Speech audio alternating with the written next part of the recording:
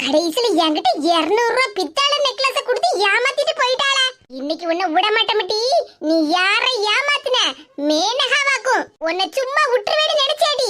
நீ நிம்மதியா வெளிநாட்டுக்கு போயிருவியாக்கும். அடியே ரேவதி, என்னையாட்டி நீ ஏமாத்தின? என் கையால உனக்கு 4 அறைய கொடுத்தாதான்டி எனக்கு நிம்மதியா இருக்கும். நான் வாரமுடி. ரேவதி, மர்மமே அங்க ஏர்போர்ட்ல வந்து நிப்பார்ல மக்கா.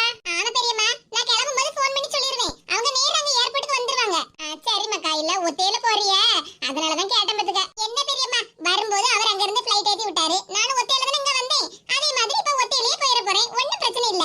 சரி மக்கா, தேவையான பொருள் எல்லாம் எடுத்து வச்சிட்டேல? ஆமா பெரியம்மா, எல்லா பொருளையும் எடுத்து வச்சாச்சு. ராத்திரி 7 மணிக்கு மேல கிளம்பினா போதும்ல? ஆமா பெரியம்மா, 7 மணிக்கு மேல கிளம்பினாலே போதும். சரி, அப்ப அதுக்கு முன்னாடி அண்ணன் வந்துருவாம்ல. அவன் கொண்டு வந்து ஏர்போர்ட்ல கொண்டு விட வருவான்.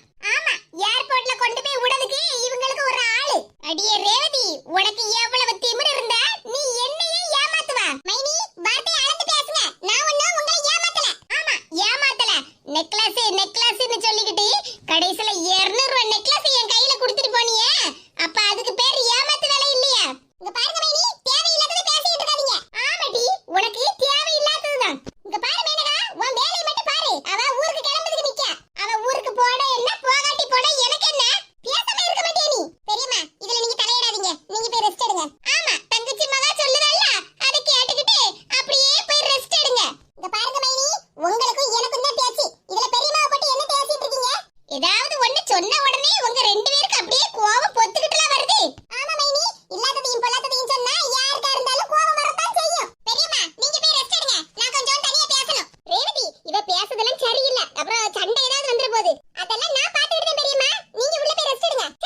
என்ன வருது வராம அந்த மேனகா. எனக்கு வர கோவத்துக்கு இவளையெல்லாம் அந்த தேங்காவை அம்மில வச்சு இடிப்பாங்கல்ல, அதே மாதிரி இடி நீ இடிச்சு போடணும் போல இருக்கு. தனியா பேசுறதா இருந்தா வேற எங்கயாவது போய் பேசு. மைனி, தனியா பேசணும்னு சொன்னது உங்க கூட. நான் மட்டும் தனியா பேசுறதுக்கு நான் என்ன பைத்தியமா?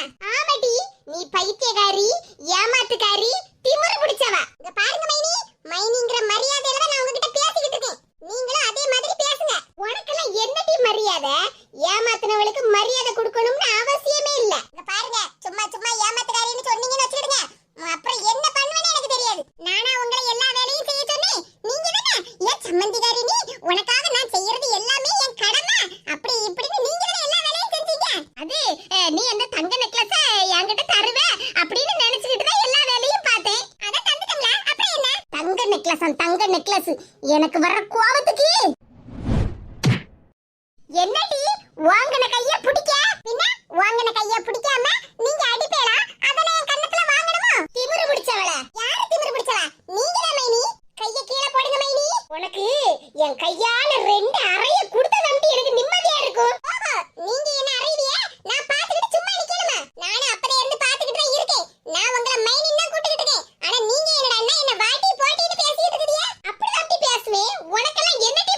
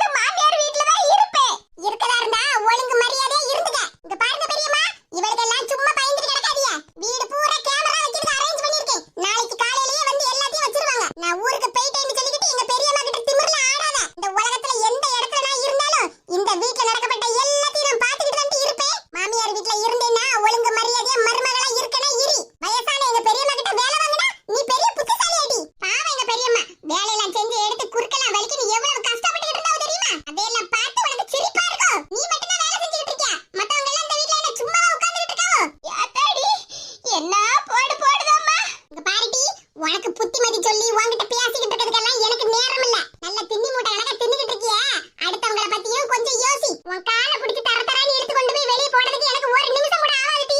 யாத்தாடி தர தரன்னு இழுத்து கொண்டு போய் வெளியே போட்டுறலாம்ல. இவளை என்னமோ ஏதோல நினைச்சா நம்மள அடி பின்னி எடுத்துட்டாள. ஒரு நேரம் தான் கைய ஓங்குனேன். அம்மா எனக்கு கை காலெல்லாம் அக்கக்கா பிரிச்சு எடுத்துறா போலுக்க.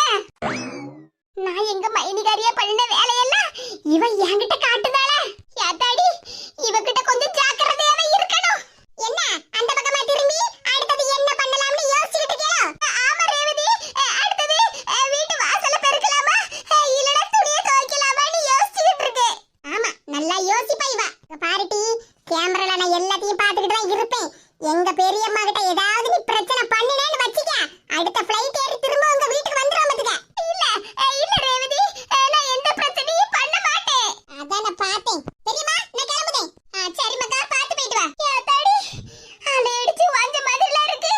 200 ரூபாய் நெக்லஸ் பண்ணின வேலை என்ன எப்படி எல்லாம் அடி அடின்னு அடிச்சு மிதிச்சிட்டா. எப்பாடா போயிட்டாளா? நாம ஒரு அடி அடிச்சா அவ 10 அடி திரும்பில அடிச்சா. ரேவதி ஒண்ணு இல்ல, ஒண்ணு பத்தி நான் எதுவுமே சொல்லல. ஜாக்கிரதை. ஆமா இனி நான் உங்க எல்லார்கிட்டயும் ஜாக்கிரதையா தான் இருப்பேன். இப்படி என்ன அடிச்சு போட்டு போயிட்டாளே. இந்த விஷயத்தை எங்க அம்மா கிட்ட சொல்லலாமா வேண்டாமா? யாத்தாடி இவ அடிச்ச அடியில என் கண்ணே கலங்கி போயிட்டேன். கை கால வேற முறிச்சு போடுவேன்னு சொன்னாளே. எப்பா எப்பா எப்பா அமைதியா இருந்தவா இப்படி ஆக்ரோஷமா மாறுவான்னு நான் கொஞ்சம் கூட நினைச்சே பார்க்கலம்மா. யாத்தாடி புத்திசாலித்தனமா மாமியார் கிட்ட வேலை வாங்கினதும் போதும், இவகிட்ட அடியும் மிதியும் வாங்கினதும் போதும்டா சாமி. இனி கொஞ்சம் அடங்கிதான் இருக்கணும். இல்லன்னா இவ சொன்ன மாதிரி என் மாப்பிள்ளைக்கு இவளே பொண்ணை பார்த்து கல்யாணத்தையும் பண்ணி வச்சு வெளிநாட்டுக்கே கூட்டிட்டு போயிருவா. யாத்தாடி இவளை கம்பேர் பண்ணும்போது எங்க மைனி சின்ன பொண்ணு எவ்வளவோ பரவாயில்ல. அடிக்கிற அடி எல்லாம் இடி மாதிரில விழுந்துச்சு. அம்மா யாத்தாடி வாங்கி வச்சிருந்த காயத்ரி மைனி தைலம் எங்க இருக்குன்னு தெரியலையே. அம்மா கடவுளே என்ன அடி. அம்மா நடக்க கூட முடியலம்மா. யாத்தாடி நாம இவளை பத்தி நினைச்சு வச்சிருந்ததே வேற. ஆனா அவ எல்லாத்தையுமே செயல்ல காட்டிட்டாளே. உப்புக்கு சப்பானியா இந்த வீட்ல இருக்கான்னு நினைச்சேன். ஆனா சப்பு சப்புன்னு 4 அறை விட்டதுல என் கண்ணே கலங்கி போச்சே. யாத்தாடி இனி யாரையும் ஆளை பார்த்து எடை போட்ட கூடாதும்மா. கொஞ்சம் கூட நான் நினைச்சே பார்க்கல நம்மள இப்படி எல்லாம் அடிச்சு போடுவான்னு. என்னத்த செய்ய, ஒருவேளை நமக்கு இப்ப நேரம் சரியில்லையோ என்னவோ. இத்தினூண்டு கிடக்கா, ஆனா ஒவ்வொரு அடியும் இடி மாதிரில இருந்துச்சு. எப்ப எப்ப எப்ப இவ இப்படி எல்லாம் இருப்பான்னு நான் கனவுல கூட நினைச்சு பார்க்கல. ஆனாலும் இவளுக்கு திமிரு ரொம்பதாமா அதிகம். எனக்கும் அவளுக்கும் வயசு ஒரே வயசா இருந்தாலும் நான் இந்த வீட்டு மருமகள்ல, அவ அண்ணன் பொண்டாட்டில. அப்ப எனக்கு கொடுக்க வேண்டிய மரியாதையை அவ கொடுத்துதான் ஆவணும். ஆனா கொஞ்சம் கூட நினைப்பு இல்லாம என்ன ஏறி மிதிச்சு கீழே தள்ளி போட்டு 4 அறை பலார் பலார்னு விட்டா பார்க்கணும். ஐயா கொஞ்ச நேரம் இப்படியே படுத்து ரெஸ்ட் எடுப்போம். என் மைனிகாரி கூடயும் சண்டை போட்டு அடியெல்லாம் வாங்கியிருக்கேன். ஆனா இந்த ரேவதி என்ன கும்மாங்குத்துல குத்தி போட்டா. ஐயா கடவுளே, சூட ஒரு கப் காப்பியை குடிச்சா நல்லா இருக்கும். நமக்கு யாரு போட்டு தருவா? எப்படி எல்லாம் பாட்டு பாடி துள்ளி திருத்திட்டு இருந்த இந்த வீட்ல இப்ப என் சோக கதையை கேளு தாய் குலமே. இப்படி பாட வச்சுட்டாளே அந்த ரேவதி. நீ என்ன அடிச்சு போட்டுட்டு இப்படி வெளிநாட்டுக்கு கிளம்பி போயிட்டடி. ஆனா உன் மேல எனக்குள்ள கோபம் குறையவே குறையாது. என்னைக்காவது ஒரு நாள் என் கையில மாட்டுவேல்ல, அன்னைக்கு இருக்குட்டி உனக்கு ஆப்பு. எம்மா எப்ப எப்பா ரேவதி 2 அடியை எனக்கு போட்டா. அதுக்கப்புறம் என் மாமியாரி என்ன சொன்னா, இடி ரேவதி என் சார்பல கூட 2 அடி சேர்த்து கூடிட்டின்னு சொன்னா. அந்த வார்த்தையை கேட்டுட்டு அந்த ரேவதி என்ன போட்டு சாத்து சாத்துன்னு சாத்தி எடுத்துட்டா. மாமியாரே இருங்க, உங்க எல்லாருக்கும் சேர்ந்து ஒரு நாள் நான் ஆப்பு வைக்க போறேன் பாருங்க. மாமியாருக்கு ரேவதிய பார்த்த உடனே திமிரு கொஞ்சம் கூடதான் செய்யுது. ஆனா அவ தான் அன்னைக்கு ஊருக்கு கிளம்பிட்டாளா. ஒரு கை பார்க்காம நான் விடவே மாட்டேன். எப்பா என்ன எல்லாரும் சேர்ந்து இப்படி புலம்ப வச்சுட்டேளே. வீட்டையும் காலி பண்ண மாட்டேக்கா. மருமக கிட்ட போய் நம்ம வாடகை கேட்க முடியுமா? என்னத்த செய்ய? என் மக மாமியா வீட்டுக்கு போய் 2 நாள் ஆகுது. அடிக்க வெயிலுக்கு இந்த வயசான காலத்துல அங்கேயும் இங்கேயும் என்னால அலைய கிடையாதுல. சரி அப்ப ஒரு வழி பண்ணுவோம். மருமகளா என்ன ஒரு அதிசயம், என் மாமியார் சிரிச்ச முகத்தோட மருமவளேன்னு என்ன கூப்பிடுதாவோ? என்னத்தே கூப்பிட்டீங்களா? ஆமா மருமகளா உட்காரு.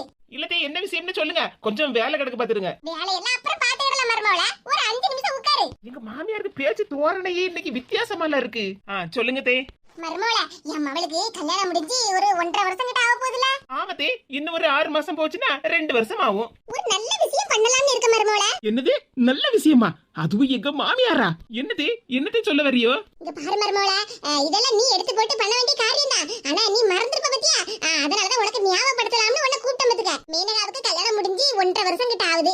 ஆனா நம்ம 2 நேரம் தானே அவளை மறுவீடுக்கு கூப்பிட்டுருக்கோம். எங்க மாமியார் மனசாட்சி கேட்டு பேசுதாவம்மா. ஆமா கல்யாணம் முடிஞ்சு 1.5 வருஷம் ஆகுது. ஆனா ஒரு வாரத்துல 4-5 நாள் இங்க வந்து இருந்துட்டு போறா.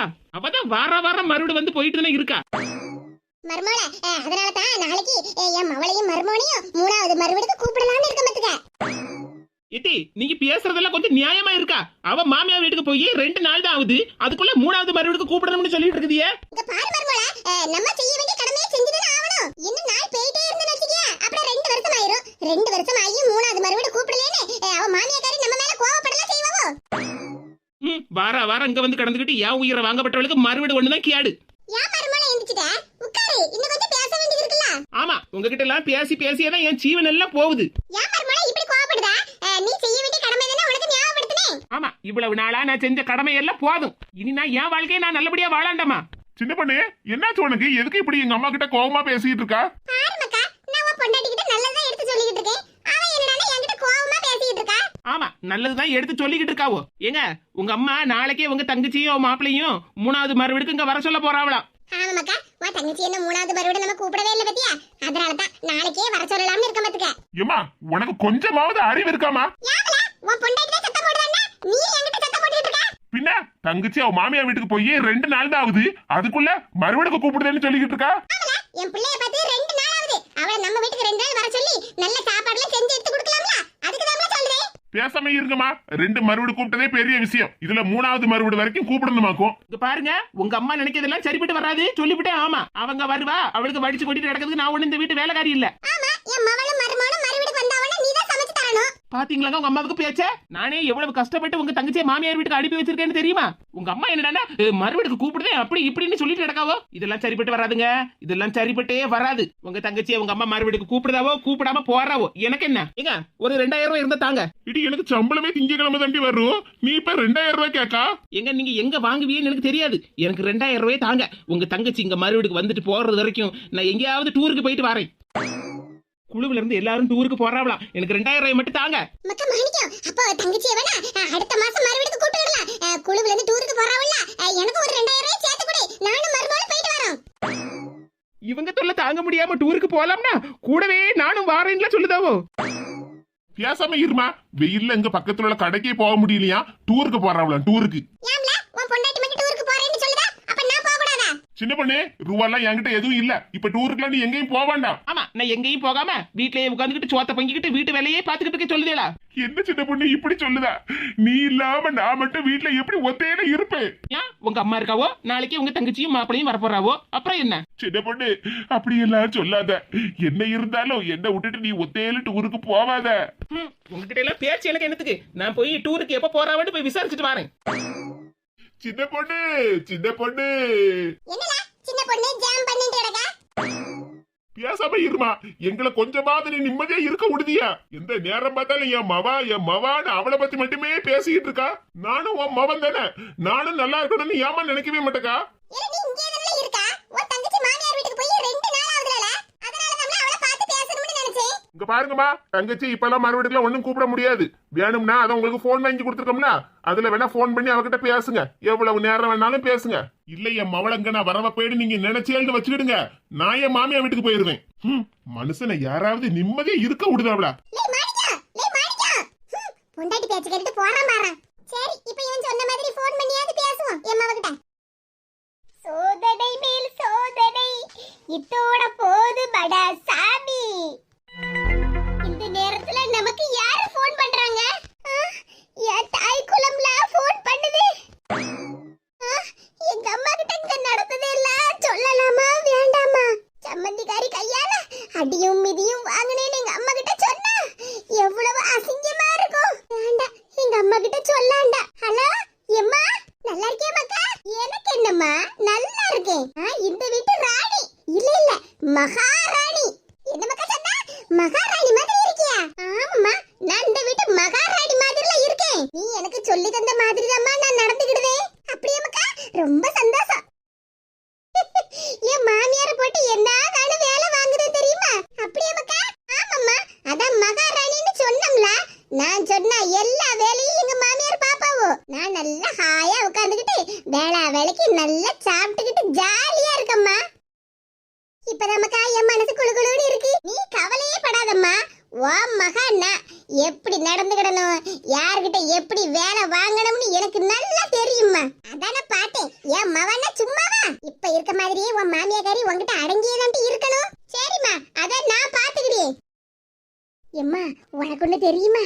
என் சம்மந்திகாரி ரேவதி இருக்காள்ல, அவ வெளிநாட்டுக்கு கிளம்பி ஓடியே போயிட்டா. அப்படியே மக்கா, கிளம்பி போயிட்டாளா? ஆமா, நாங்க வந்த 2 நாள்ல பயந்து அடிச்சு ஓடியே போயிட்டாள்ல. அவளுக்கு என்ன கண்டாலே ஒரே பயம். அப்படி நமக்கு பயப்பட வைக்கணும். இப்படி என்ன பார்த்து பயப்படுவான்னு தெரிஞ்சிருந்தா வந்த அன்னைக்கே அவளை இங்க இருந்து கிளப்பி இருப்பேன். சரி, போனா போறா, அத கிளம்பிட்டாள்ல. இனி நீ நிம்மதியா இரு. ஆமாம்மா, இனி எல்லாமே ஏன் ராஜ்யம் தானே. நான் இவ்வளவு நாள் இங்க மாமியார் வீட்டுல இல்லாம இருந்தேன் பத்தியா? அதனாலதான் அந்த ரேவதி திமிர் எடுத்து போய் இருந்தா. இப்ப நாங்க வந்துட்டோம்ல, என்ன பார்த்து பயந்து ஓடியே போயிட்டா. இனிமேல வந்த பக்கமே வரமாட்டா. ஆமா, அவளுக்கு தான் மாப்பிள்ளை வீடு வெளிநாட்டுல இருக்கலாம். அவ அங்கனே இருந்துட்டு போறா. ஏமா, என் போன்ல சார்ஜ் கம்மியா இருக்கு பத்துக்க. நான் சார்ஜ் போட்டுக்கிட்டு ஒரு 1/2 மணி நேரம் கழிச்சு கூப்பிடுறேன். என்ன? சரி மக்கா, நீ இவ்வளவு நேரமா நீ சொன்னதை கேட்டு எனக்கு எவ்வளவு சந்தோஷமா இருக்கு தெரியுமா? போன்ல சார்ஜ் போட்டுக்கிட்டு ஒரு 1/2 மணி நேரம் கழிச்சு என்ன கூப்பிடுறேன். சரிம்மா. யாத்தாடி, நான் எவ்வளவு நேரம் தான் அடி வாங்கினதே எல்லாம் மறைச்சு மறைச்சு பேச. என் சம்மந்தியாரி ஊருக்கு கிளம்பி போயிட்டா. ஆனா என் மாமியாரி இங்க வீட்டுல தானே இருக்கா. கூட 2 அடியை சேர்த்து குடுங்களா சொன்னாவோ. இன்னைக்கு எங்க மாமியாருக்கு ஒரு பாயாசத்தை போட்டாதான் எனக்கு இன்னைக்கு நிம்மதியா இருக்கும். பாயாசத்துல பியாதி மாத்திரையா இல்லனா தூக்க மாத்திரையா மிக்ஸ் பண்ணலாமா? உங்களுக்கு என்ன மாத்திரை பிடிக்கும்னு சொல்லுங்க, நானே பாயாசத்துல கலக்கி உங்களுக்கு தாரேன். நீயா? நானே தான். உங்களுக்கு எவ்வளவு திமிரு இருந்தா எங்க பெரியம்மாவுக்கு பாயாசத்துல பேதி மாத்திரையால தூக்க மாத்திரையால கலக்கி கொடுக்கலாம்னு சொல்லிட்டு இருப்பியோ? ரேவதி, அது வந்து என்ன மைனி, நான் ஊருக்கு கிளம்பிட்டேன்னா திமிர்ல ஆடுதேளோ? அது அப்படி எல்லாம் ஒண்ணு இல்ல. உங்க அம்மா கிட்ட போன்ல பேசிக்கிட்டு இருந்தத நாங்க 2 பேரும் கேட்டுக்கிட்டு தான் இருந்தோம். ரேவதி, அது எல்லாம் போய் எங்க அம்மா வருத்தப்பட கூடாதுல, அதனால தான் அப்படி மாத்தி பேசினேன். வாயில இருந்து வர்றது அவ்வளவு பொய் தானே? ஆமா, உனக்கு தான் ஃளைட்டுக்கு நேரம் ஆயிட்டுல, சீக்கிரமா கிளம்பு. ரொம்ப தான் அக்கறப்படாதே மைனி, எனக்கு ஃளைட் கேன்சல் ஆயிட்டு. என்னது, கேன்சல் ஆயிட்டா? ஆமா, இனி அடுத்த மாசம் தான் என் மாப்பிள்ளை எனக்கு டிக்கெட் போட்டு தந்திருக்காரு. அதனால இன்னும் 1 மாசத்துக்கு நான் இங்க தான் இருக்க போறேன். என்னது, இன்னும் 1 மாசத்துக்கு நீ இங்க தான் இருக்க போறியா? ஏன், நான் சொன்னது உங்க காதுல விழலையா? திரும்பவும் ஏதாவது வேண்டாத வேலைய பாத்தியா? அடிக்க வெயிலுக்கு கஞ்சி வத்தல் மாதிரி உங்களை மொட்டை மாடியில காய வச்சிரும் பாத்துடுங்க. ஜாக்கிரதை. வாங்க பெரியம்மா, நாம போவோம். திமிரு பிடிச்சவா, எவ்வளவு அடி வாங்கினாலும் திருந்தவே மாட்டா. இவ ஊருக்கு போயிட்டாடுல, நிம்மதியாலாம் இருந்தே. இப்ப நம்ம கதை கந்தலாயிரும் போலுக்க. என்னோட ஜெராக்ஸ் பதிலா அந்த ரேவதி இருக்கா. அப்ப நானும் எங்க வீட்டுக்கு இந்த மாதிரி தானே திரும்பி போவேன். அப்ப எங்க மைனியே இப்படிதான் நினைப்பாவளோ? யாத்தாடி, அப்ப எங்க மைனிகாரி என் மேல எவ்வளவு கோவத்துல இருப்பாவோ. இப்ப நான் மட்டும் அங்க போனோம்னா அவ்வளவுதான்.